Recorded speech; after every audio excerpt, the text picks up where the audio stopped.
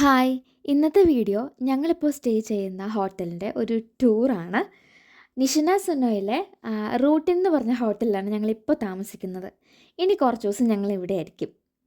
ഇവിടെ നിന്നുകൊണ്ട് കുറേയൊക്കെ ഇവരുടെ ലാംഗ്വേജും കൾച്ചറും ഒക്കെ ഞങ്ങൾക്ക് പഠിക്കാൻ പറ്റി. ദേ ഇവിടെ 2 സൈക്കിൾ ഇരിക്കുന്നത് കണ്ടോ? അത്യാവശ്യം പുറത്തോട്ടൊക്കെ പോകണമെങ്കിൽ നമുക്ക് ഈ സൈക്കിൾ എടുത്തുകൊണ്ട് പോവാം. ഇവിടുത്തെ ഇപ്പോഴത്തെ ഒരു ക്ലൈമറ്റ് എന്ന് പറഞ്ഞു കഴിഞ്ഞാൽ ഏകദേശം നാട്ടിലെ പോലെ ഉച്ചവരെ അത്യാവശ്യം വെയിലും അത് കഴിഞ്ഞാൽ പിന്നെ മഴയുണ്ടാവും. ഇങ്ങനത്തെ കുടയാണ് ഇവിടെ മിക്കവാറും തന്നെ യൂസ് ചെയ്യുന്നത്. ദേ ഇവിടെ ഒരു കവർ കണ്ടോ? നനഞ്ഞ കുട റൂമിൽ കൊണ്ടുപോകണമെങ്കിൽ നമുക്ക് ഈ കവറിനകത്തിട്ട് കൊണ്ടുപോവാം. ദേ ഇവിടെയാണ് നമ്മുടെ റെസ്റ്റോറൻറ്റ് വരുന്നത്. ഇത് റിസപ്ഷൻ, ഇവിടെ കാണുന്ന ലോബി. നേരെ പോകുമ്പോൾ അവിടെ ഒരു കോഫി മെഷീൻ വെച്ചിട്ടുണ്ട്. ഇടയ്ക്കിടയ്ക്ക് ഞാനിവിടെ വന്ന് കോഫി കുടിക്കാറുണ്ട്. പിന്നെ ഇവിടെ കുറച്ച് മാഗസിൻസും ബുക്ക്ലെറ്റ്സും ഒക്കെ വെച്ചിട്ടുണ്ട്. ദേ ഇത് കണ്ടോ? ഇതാണ് ഇവിടുത്തെ വെൻഡിങ് മെഷീൻ. ഇവിടെ വന്നിട്ട് നമുക്ക് ബീവറേജസോ സോഫ്റ്റ് ഡ്രിങ്ക്സോ എന്ത് വേണമെങ്കിലും കോയിൻ ഇട്ടെടുക്കാവുന്നതാണ്. ഇതൊരു മസാജിങ് ചെയറാണ്. പിന്നെ നമുക്കിവിടെ പബ്ലിക് ബാത്ത് ചെയ്യാം. എന്ന് വെച്ച് കഴിഞ്ഞാൽ ഈ റൂമിലോട്ട് പോകുമ്പം ഇതിനകത്തൊരു പൂളാണ്. വേണമെങ്കിൽ നമുക്ക് അവിടെയൊക്കെ പോയി കുളിക്കാം. ഇത് ജെൻസിൻ്റെ, ഇത് ലേഡീസിൻ്റെ. ഇവിടെ നിന്ന് നമുക്ക് ഐസ് ക്യൂബ്സ് എടുക്കാം. പിന്നെ ഇതേ ഈ കാണുന്നതാണ് ലോണ്ട്രി. ഇനി നമുക്ക് നമ്മുടെ റൂമിലോട്ട് പോവാം. ഇത് കണ്ടോ?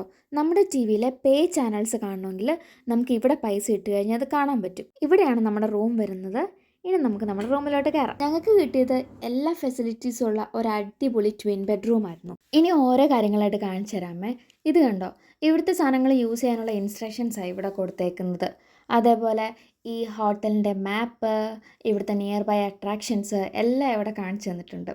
ഇത് ഇവിടുത്തെ ക്ലീനിങ് സ്റ്റാഫ് ഓരോ തവണ ക്ലീൻ ചെയ്ത് കഴിയുമ്പം ഇതേപോലത്തെ നോട്ട്സ് നമുക്ക് തന്നിട്ട് പോകും. പിന്നെ ഈ കാണുന്നതാണ് നമുക്ക് എല്ലാ ദിവസവും കിട്ടുന്ന ഫുഡ് കൂപ്പൺസ്. അതുപോലെ തന്നെ ഇപ്പം ചില ദിവസം നമുക്ക് ക്ലീനിങ് വേണ്ടെങ്കിൽ അവർ കോംപ്ലിമെൻ്ററി ആയിട്ട് നമുക്ക് കോയിൻസ് തരും. അപ്പം ഈ കോയിൻസ് നമുക്ക് താഴത്തെ വെൻഡിങ് മെഷീൻ ഇട്ടിട്ട് നമുക്ക് ഇഷ്ടമുള്ള ഡ്രിങ്ക് എടുക്കാം.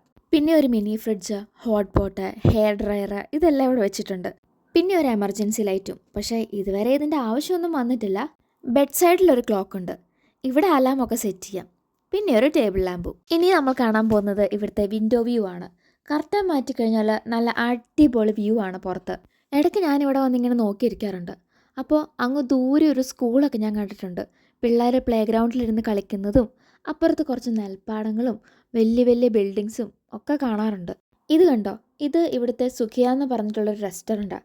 ഞങ്ങൾ ആദ്യത്തെ ദിവസം ഇവിടെ വന്നപ്പോൾ ഫുഡ് കഴിച്ചത് ഈ റെസ്റ്റോറൻറ്റ് വെച്ചിട്ടാണ്. ഇനി ഇവിടുത്തെ മെയിൻ ഹൈലൈറ്റ് ടോയ്ലറ്റാണ്. ജപ്പാനിലുള്ള എല്ലാ ടോയ്ലറ്റിലും ബാത്ത് ടബ് ഉണ്ടാവും. അതുപോലെ തന്നെ നമുക്ക് ആവശ്യമായിട്ടുള്ള എല്ലാ സാധനങ്ങളും ഇവരിവിടെ സെറ്റ് ചെയ്ത് വെച്ചിട്ടുണ്ടായിരുന്നു. എല്ലാ ദിവസവും ക്ലീനിങ്ങിൻ്റെ കൂടെ പുതിയ പുതിയ സാധനങ്ങൾ ഇവരിവിടെ കൊണ്ടുവെക്കും.